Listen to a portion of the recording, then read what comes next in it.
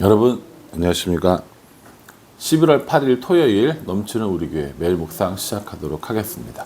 오늘 본 말씀은 에스라 6장 13절부터 22절까지 말씀입니다. 어제 본문에서 우리가 어떤 하나님을 살펴봤냐면 역전의 하나님을 살펴보았습니다. 다뜨네를 비롯한 여러 사람들이 방해하려고 하고 또 방해까지는 아니어도 어쨌든 간에 나름대로는 머리를 쓴다고 썼는데 그것이 오히려 하나님께서 역전하시는 기회가 되어서 성전을 건축하는 데 필요한 것들을 다 제공하는 그런 일들을 하나님께서 만들어 주셨죠. 오늘 이제 그 성전이 다 완공이 된 겁니다. 1절에 보면 다리오 왕의 조서가 내림에 유브라데 강 건너편 총독 다뜨네와 스달보스네와 그의 동관들이 신속하게 준행하니라 이렇게 얘기합니다.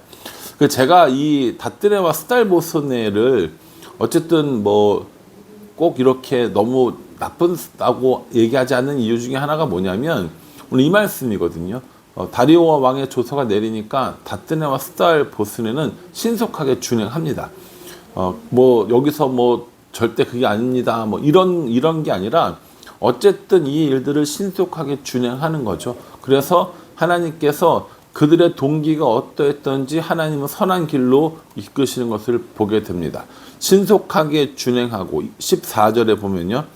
유다 사람의 장로들이 선지자 학개와 이도의 손자 스가랴의 권면을 따랐으므로 성전 건축하는 일이 형통한지라 이렇게 얘기합니다.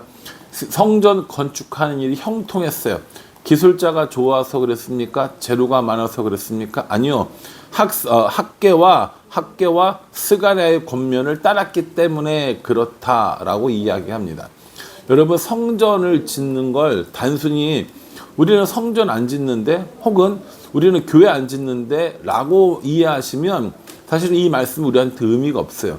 우리는 우리들의 삶에 우리들 나름대로의 성전을 지어가고 나름대로의 교회를 지어가고 나름대로의 삶을 지어가는 사람들이지 않습니까? 그러니 여러분 저는 오늘 이 말씀이 여러분들에게 단순히 그냥 우리는 교회 짓지 않아 우리는 성전 짓지 않아로 끝나는 것이 아니라 내 삶에 무언가를 지으려고 할 때 어떻게 형통한다고요? 학개와 스가랴의 말을 따랐을 때 준행했을 때 이 형통한다라는 거예요. 목사님 그러면 학개와 스가랴의 말씀을 잘 따라야 되니까 목사님 말씀을 잘 따라야겠네요? 아니요. 여러분 제가 뭘 안다고 제 말씀을 잘 따라요? 저도 여러분들에게 권면하고 그렇게 할 만한 능력도 없고 저는 그런 실력도 없고 그건 저는 못합니다. 어떻게 해야 되느냐? 여기서 말하는 학개와 스가랴는 결국 뭘 말하는 거냐면 하나님의 말씀을 말하는 거예요. 나의 감정, 다른 사람들의 이야기가 아니라 하나님께서 어떻게 말씀하셨는가를 명확히 알 때 우리의 삶이 형통해지고 우리가 아름다운 성전을 지을 수 있다라는 거예요. 아무리 대적들의 이야기가 많아도 아무리 재료가 부족을 해도 아무리 아무것도 아닌 것 같은 내 삶이라 할지라도 하나님께서 나와 함께 해주시고 내가 그 하나님의 말씀을 준행하고 그 권면을 따르면 결국 우리는 뭐가 되냐면 하나님께서 우리에게 베풀어 주시는 은혜를 통하여 형통의 삶을 누리게 된다라는 것입니다. 여러분 형통의 삶을 살기 원하십니까? 그럼 오늘 이 말씀처럼 학개와 스가랴와 같은 하나님 말씀을 준행하고 그 권면을 받아들이는 은혜가 있기를 간절한 마음으로 함께 기도하겠습니다. 그렇게 해서 어떻게 됐느냐?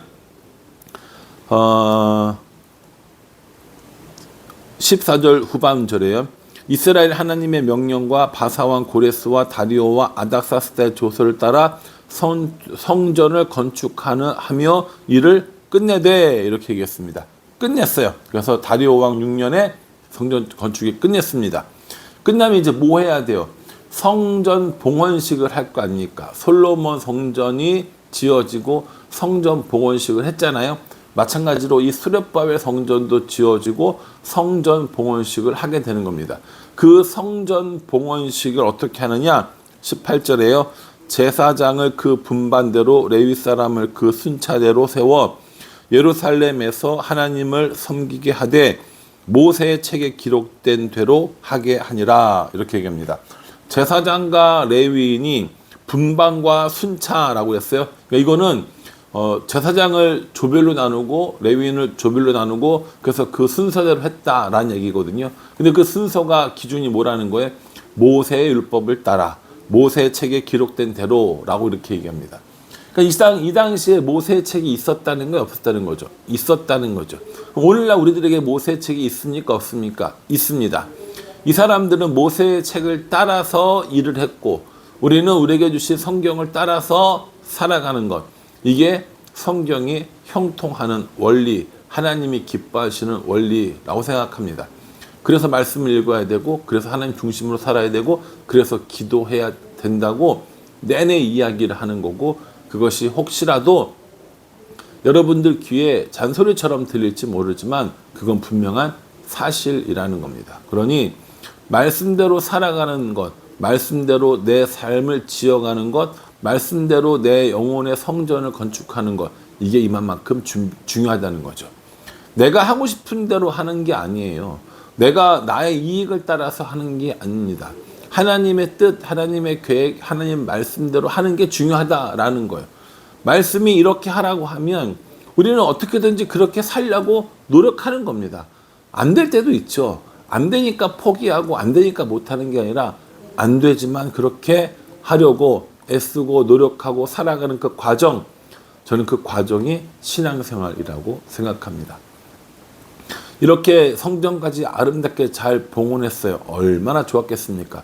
그리고 나서 이스라엘 사람들이 뭘 할 것 같아요? 뭘 할 것 같습니까? 예, 맞습니다.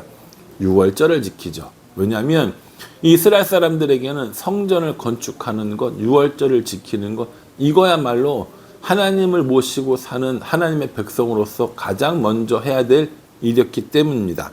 19절에 사로잡혔던 자의 자손이 첫째 날 14일에 유월절을 지키되 이렇게 얘기합니다. 여러분 이게 이제 유월절 얘기는 많이 들어서 아실 거예요. 종교 달력, 종교력 첫 번째 달에 14일에 유월절을 지켜요. 그렇죠? 그 다음에 유월절이 지나가고 난 15일부터는 뭐합니까? 일주 동안 무슨 절기를 지켜요? 무교절을 지킵니다. 요거 지금 대답하신 분들은 잘하신 거예요. 우리가 왜냐 앞에 내내 살펴봤었거든요. 이 역대하 보면서 유월절을 지키고 무교절을 지키고 많이 살펴봤었단 말이에요. 첫째 달 14일에 유월절을 지키고 그 유월절이 끝나자마자 일주일 동안 무교절을 지켰습니다. 22절에요. 즐거움으로 이래 동안 무교절을 지켰으니 이렇게 얘기합니다. 유월절을 지키고 무교절을 지키고 좋아요, 안 좋아요? 너무 좋죠. 하나님이 기뻐하시는 일이 아니에요. 하나님이 너무 기뻐하시는 일이죠. 이렇게 이스라엘 백성들이 자신들의 힘이 아니라 하나님의 은혜로 역전하시는 하나님을 경험하면서 성전을 짓고 유월절을 지킨 이 모든 일들이 형통이고 또 이 모든 형통은 하나님께로부터 왔다라는 거예요. 그래서 오늘 22절 후반절에 보면 이는 여호와께서 그들을 즐겁게 하시고 또 아수르의 왕의 마음을 그들에게로 돌려 이스라엘의 하나님이신 하나님의 성전 건축하는 손을 힘있게 하도록 하셨음이었더라. 이렇게 얘기합니다. 누가 이 일을 했어요? 누가 아수르 왕의 마음을 바꿨고 누가 바사 왕의 마음을 바꿨고 누가 이스라엘 하나님의 성전하는 하나님의 성전 건축하는 손을 힘있게 했어요? 하나님이 했다라는 거예요. 여기서 하나님께서 하셨고 하나님께서 하셨고 하나님께서 하셨고 내내 이야기거든요. 여호와께서 그들을 즐겁게 하셨고 여호와께서 그들의 마음을 돌리셨고 여호와께서 성전 건축하는 손을 힘있게 하셨고 그러니까 이스라엘 사람들이 살아가는 그 모든 과정 중에 누가 했다는 겁니까? 하나님이 하셨다는 겁니다. 저는 여전히 오늘도 우리들의 삶 가운데 이런 일이 일어나야 하고 일어나고 있다고 생각합니다. 내가 내 힘으로 내 능력으로 나의 열심으로 살아가는 세상이 아니라 하나님의 힘으로 하나님의 도우심으로 하나님의 능력으로 살아가는 것, 이것이 가장 중요하다라고 생각합니다. 여러분들은 어떠세요? 여러분들은 하나님이 기뻐하시는 일을 하나님의 방법으로 하고 계십니까? 아니면 내가 기뻐하는 일들을 나의 방법으로 하고 계십니까? 내가 하고 싶은 일들을 나의 방법으로 하면 뭐 안 될 건 없어요. 되기는 합니다. 그런데요, 하나님이 기뻐하시는 일을 하나님의 방법으로 하는 걸 우리 뭐라고 부르냐면 형통이라고 부르는 거죠.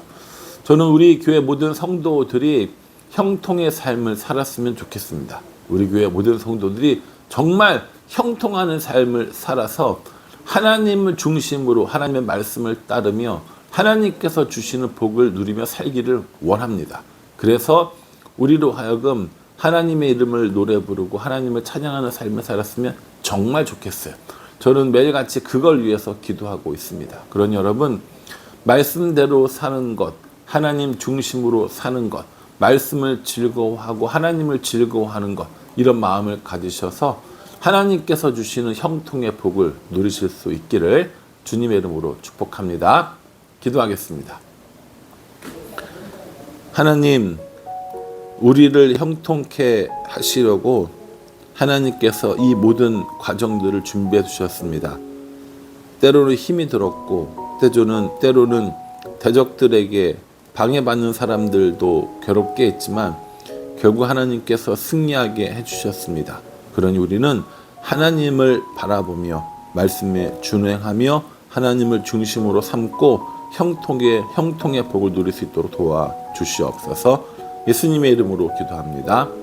아멘. 예, 여러분 이 말씀 꼼꼼히 묵상하시면서 하나님께서 주시는 형통의 삶을 살아가는 그 삶으로 우리들의 성전을 아름답게 지어가는 우리 모두가 되기를 간절한 마음으로 기도하겠습니다. 감사합니다.